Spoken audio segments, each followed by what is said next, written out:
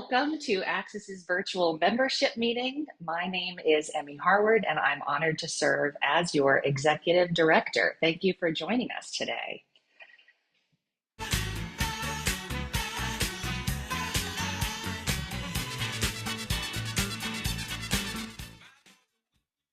All right, we are ready for our first slide, please.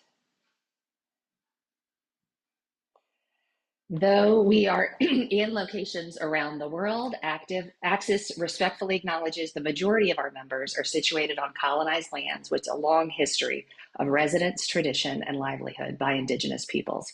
We make this acknowledgement to remind ourselves and our colleagues of the shared obligation to face and work toward redressing the violence and injustice that have alienated and removed Indigenous peoples from these lands and that continue to impede progress toward equity and justice.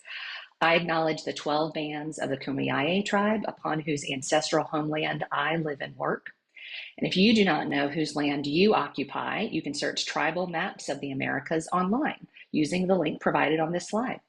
If your school does not yet acknowledge the sacred land upon which it sits, I encourage you to advance that recognition with those in positions to make change in your community. And thank you, Linda, for adding that link to the chat. All right, I would like to say welcome once again, and thank you for joining us online today. I'm excited to have so many of you here, and we'll have this available as a recording. Although you're here, you won't need it as a recording. We're all good. We've continued holding this meeting virtually each year since the pandemic because it allows so many more of you to join us from wherever you are without the time or cost of attending a conference, either ours or someone else's. But as hundreds of us will likely travel to Los Angeles for NACAC next week, we hope to see many of you at our member reception, which we'll give you a reminder of as we close. Also hope to see you at many, many ACCIS events to come, both virtually and in person in the coming year. And spoiler alert, we will give you some more information about that in a few slides. But now, without further ado, I am very pleased to introduce the chair of our Board of Trustees, who will come on screen, Ashley Armato from the Lovett School in Atlanta. Thanks, Emmy. Hi, everyone. I can't believe we're already in September, many of us preparing to leave for NACAC soon, some of you just settling into the school year, and a fair amount of us already operating in full swing. My name is Ashley Armato, and I'm your board chair this year. I work at the Lovett School in Atlanta, Georgia, with the best humans ever. In writing the speech, I thought a lot about what I should cover. Should I include a bio? Do people need my life story, my origin story as a college counselor? Then a tree fell on my apartment this past Sunday. Don't worry, no people, plants, or fish were harmed. So yeah, this fairly traumatic and bizarre thing happened, and I totally went to work the next day. Mostly because I don't own a crane, nor do I know how to operate one. So I went to work and exchanged emails with concerned parents, met with stressed out students, got all the hot goss from our office's regular drop-ins, refilled my advisory snack bin with flaming hot Cheetos, huge hit, and gave some TLC to way too many essays. It's clear to me that I found comfort in the familiar when I needed it the most. And all jokes aside, part of why ACCIS has always held such a special place in my heart is because you all can absolutely relate to both the unpredictability and monotony of our day-to-day work. There's truly no other organization that solely exists for us.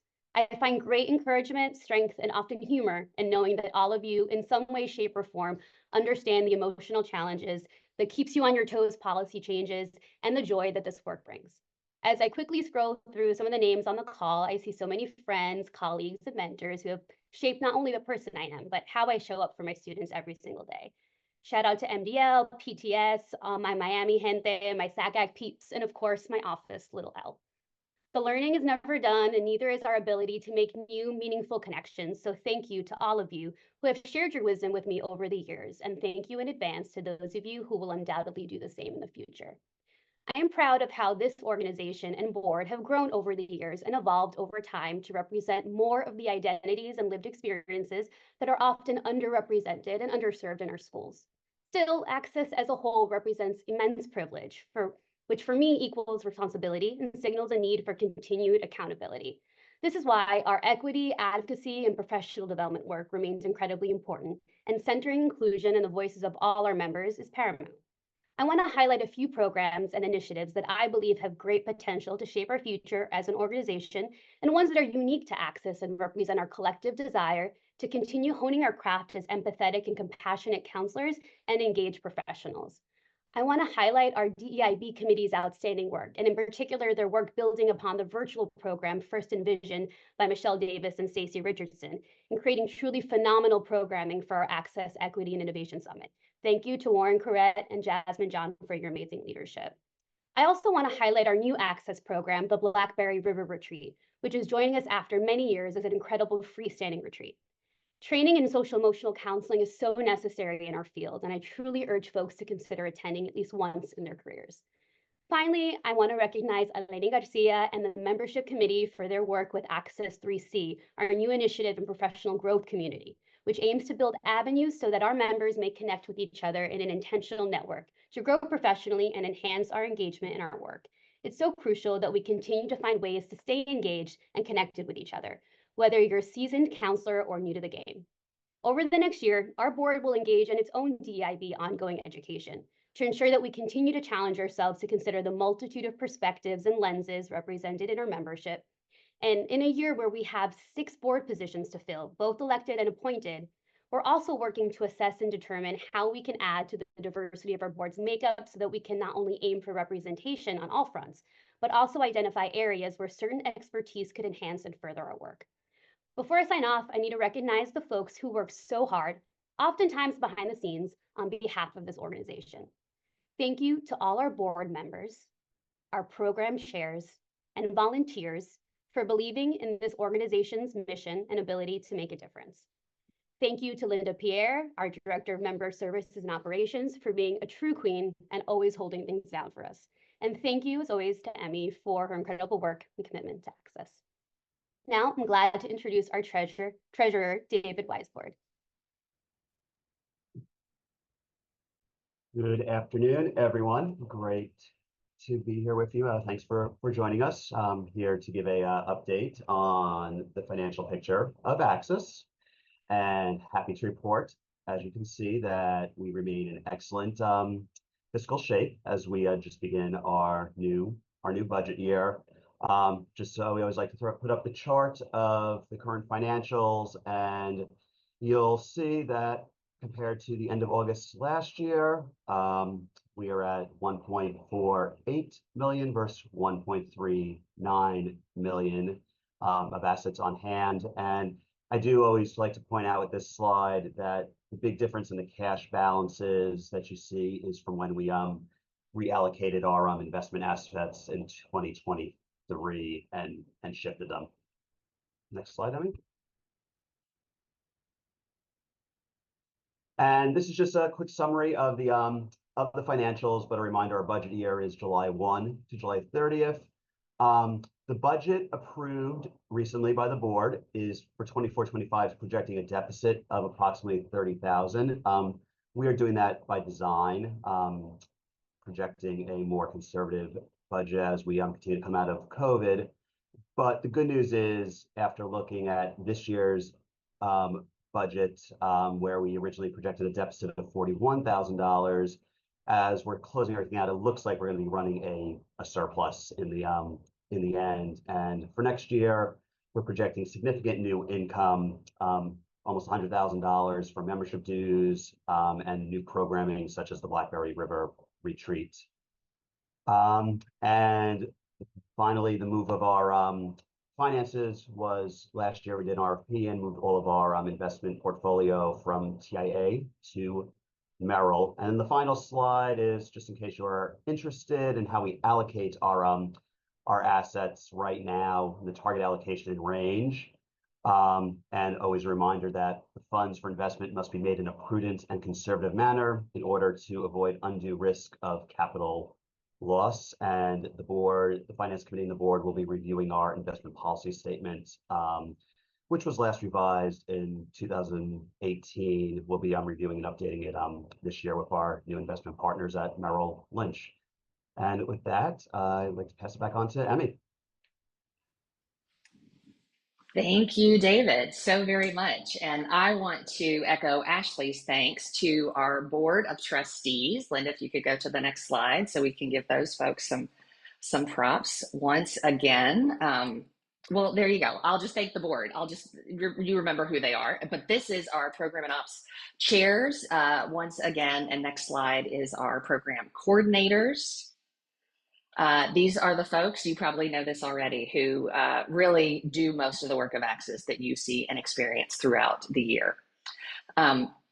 Thank you. We can go to the next slide now. I say at some point during ACCIS, every ACCIS event, that none of us do this work alone. So truly huge thanks to all of these fine people, including two new chairs who ran virtual and in-person events like our DTA Today webinars, the Equity and Innovation Summit in February, new counselor workshop and webinars, countless affinity spaces, and the Summer Institute. They also work to plan for the future as our communication committee continued the popular ACCIS brief along with blog posts, shifted our presence on socials. Our membership committee, which introduced ACCIS 3C, as Ashley noted earlier, along with a postcard campaign to schools that are not yet members. And just a few weeks ago, really, we introduced a reboot of our colloquium program to great success.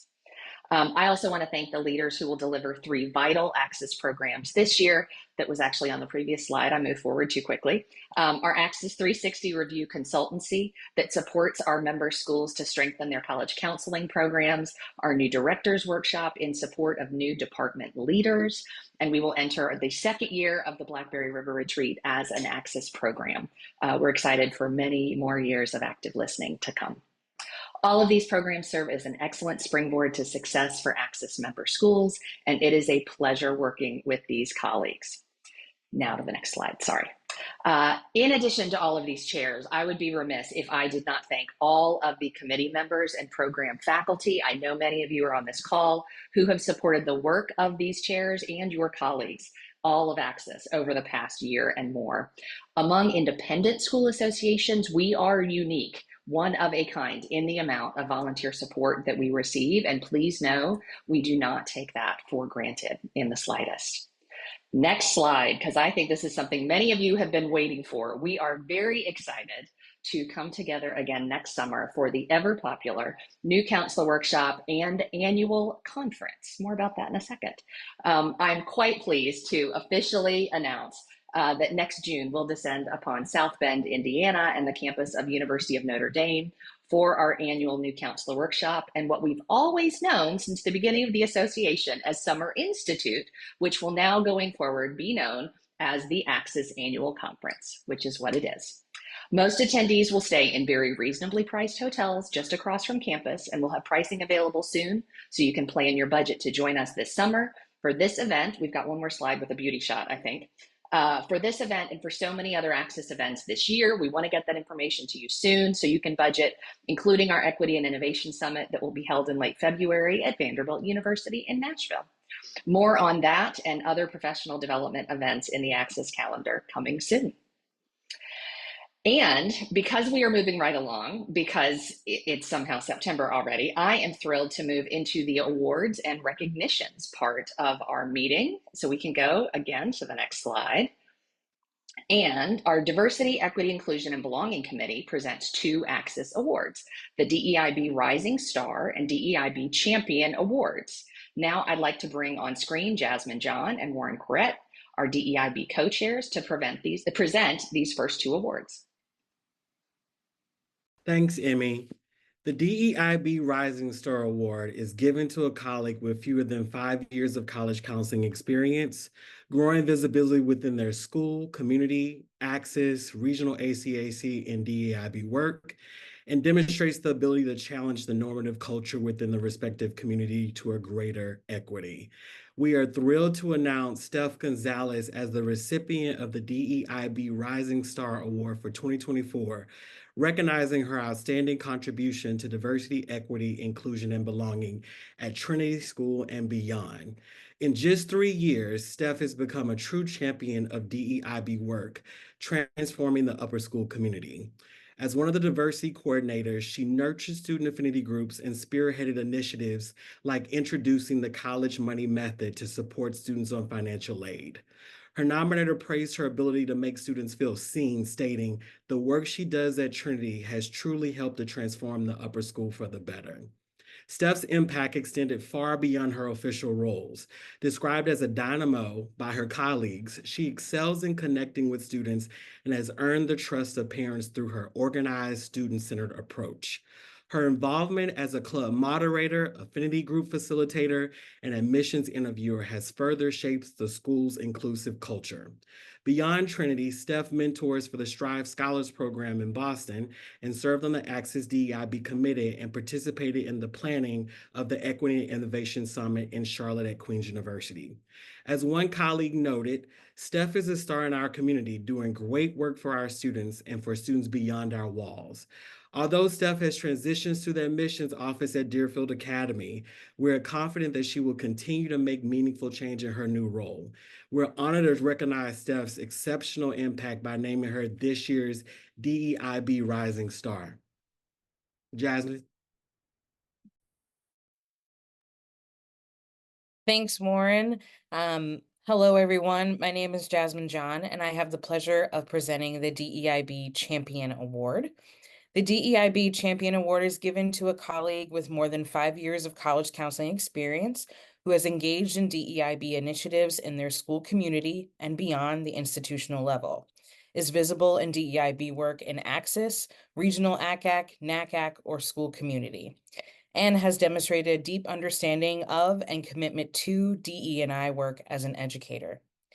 Megan Schneider serves as the Upper School Diversity Coordinator at Shorecrest Preparatory School, where she has been instrumental in organizing initiatives like the HBCU College Fair and the Florida Drive-In Workshop in partnership with SACAC to support Black families in accessing higher education. She, along with her Shorecrest colleagues, presented the workshop Supporting Students and Families for More Equitable Outcomes at Your School at the annual SACAC conference. Megan recognizes that diversity, equity, inclusion, and belonging work is a collaborative effort, actively seeking partners in the field to drive meaningful change. Her leadership is defined by a relentless commitment to DEIB, always working alongside others to further the cause. We continue to be lucky to have her as a co-leader of the Walls Affinity Group. At ACCIS and through the DEIB committee's efforts, we strive to be agents of change, fostering equity in teaching and learning across our communities, values that Megan truly exemplifies. Her unwavering dedication and willingness to engage deeply in this work make her a true champion of DEIB. We are honored to present Megan Schneider with this year's DEIB Champion Award.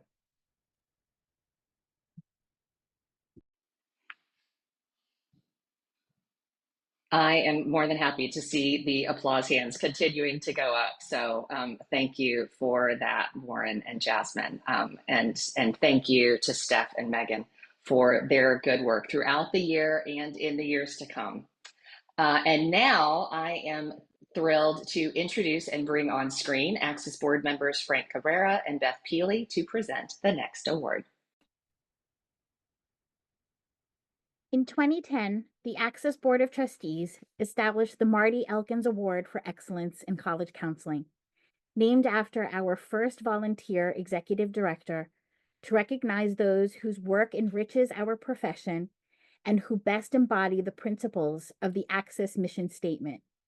Each year, the board seeks nominations from the membership and selects a recipient for this award. This year's 2024 Marty Elkins Award goes to Con Axelson. After he graduated from the University of San Francisco, Con entered the world of admissions as a representative for his alma mater. He then worked for St. Mary's College and UC Santa Cruz. He found his niche. That is, of course, in between his stints of working for American Express as the stand-in for a certain professional golfer in commercials. However, it was during an Aberfoyles meeting when Con worked at the University of Pennsylvania and fellow ACCIS member Tamara Degbele introduced the idea of switching to the other side of the desk.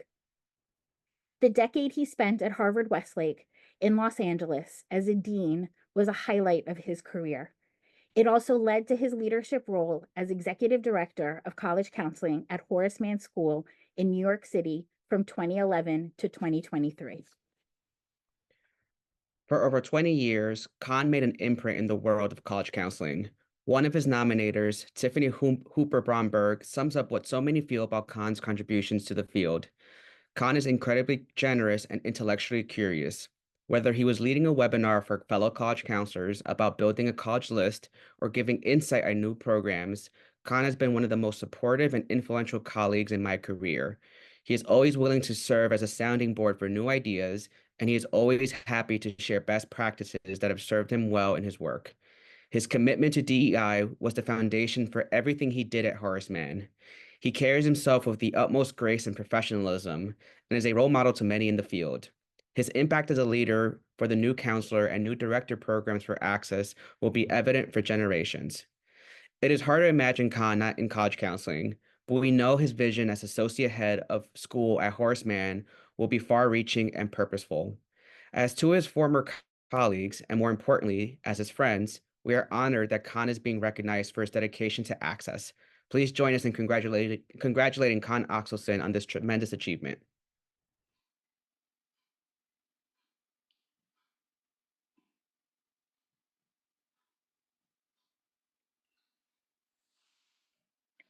Thank you so much to both of you for the truly wonderful endorsement of our dear friend.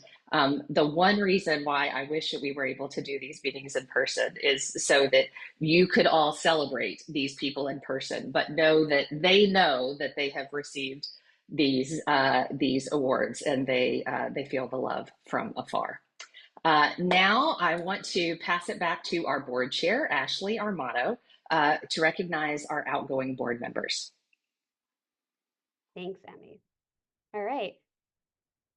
We turn now to honor the leaders who have served ACCIS in the past several years who rotated off the leadership team over the summer.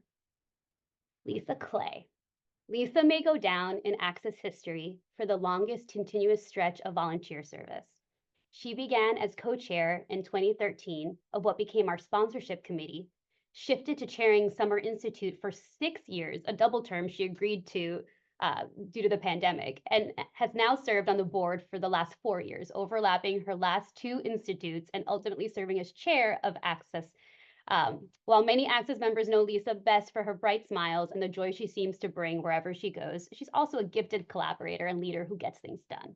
She's negotiated challenges across her ACCIS roles and tenure with grace, grit, and exactly the right statement necklace and shoes for the occasion. Lisa, we can never thank you enough for your dedication to ACCIS for the last 11 years, and apologies in advance if we continue to call you out of habit. We are all better for your wisdom and service.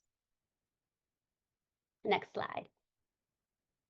Greg Miles. Greg joined the ACCIS board 3 years ago in an appointed role to bring his wisdom and knowledge to our financial matters. He served as a CFO at ACCIS member Waterford School for 20 years, and his lens on financial planning and allocations of funds was invaluable to the entire board as we navigated change coming out of the pandemic with our investments. Through it all, Greg offered wise counsel and asked great questions to help steer us in a sound and responsible direction for our members. We deeply appreciate his thoughtful approach to our work, even when he saw a situation differently than others on the board. Thank you, Greg, for giving your time and talents to ACCIS. And finally, Sharon Williams. Sharon's work as a board member built upon the good work she's previously done as a member of ACCIS's DEIB committee. Over the last 3 years on the board, she asked insightful, probing questions in order to lead us to the best decision possible, even if it meant doing more work to get there.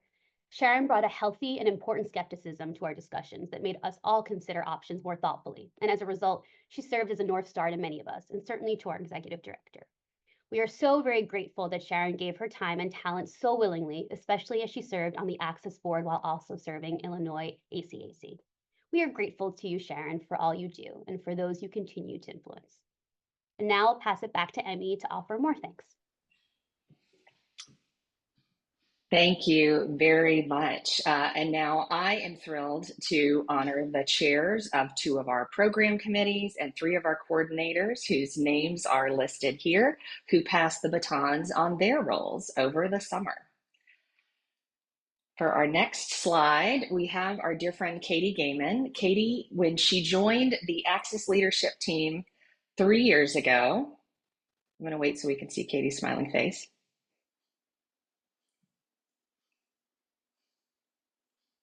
Can we move to the next slide? All right, I'm going to start talking anyway. When Katie joined the ACCIS leadership team 3 years ago, we had a bit of a hiatus in the role of communications chair. And while there were elements that we both agreed would be part of the role, Katie did an absolutely fantastic job of building out the committee with new structures and people in place to cover all of the bases thoughtfully and with keen insight into the needs of our members. While she has said many times that she counted on the work of our founding DEIB committee chairs in building and shaping comms, Katie quickly paid it forward by serving in that same support role for other chairs who came into their positions in the following years. Thank you, Katie, for your vision, your warmth, and your calm in taking our work forward. Greg began as an original member of the Data Trends and Analytics Committee and made a seamless transition into the role of chair, even if he says it's one he was voluntold for. He continued that good work, leading the effort to coordinate and host multiple DTA Today webinars, gather often hidden admission data, and coordinate, analyze, and synthesize the biennial comprehensive ACCIS member and school survey. Greg's dry wit and humor, paired with his keen analysis, kept us looking ahead to the next big thing, while also looking to navigate the present. He brought voices from outside of our world into the discussion of our work and made the data not so intimidating to tackle after all. Greg, we thank you for all of this and more, and look forward to seeing you in your own city very soon.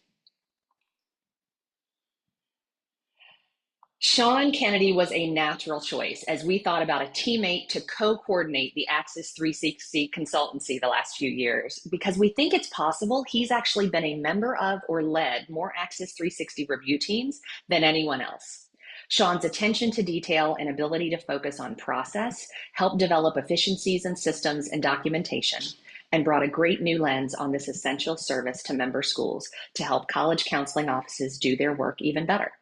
And while Sean excels at process, he's also well tuned in to the people involved. So tuned in fact, that he was selected as SACAC president this year as he continues his service to the profession. Thank you, Sean, so very much for all you do for all of us. When Steve Frappier and I created the new directors workshop at kind of the last minute, early in 2017, I'm pretty sure Lauren was our first call to join the faculty.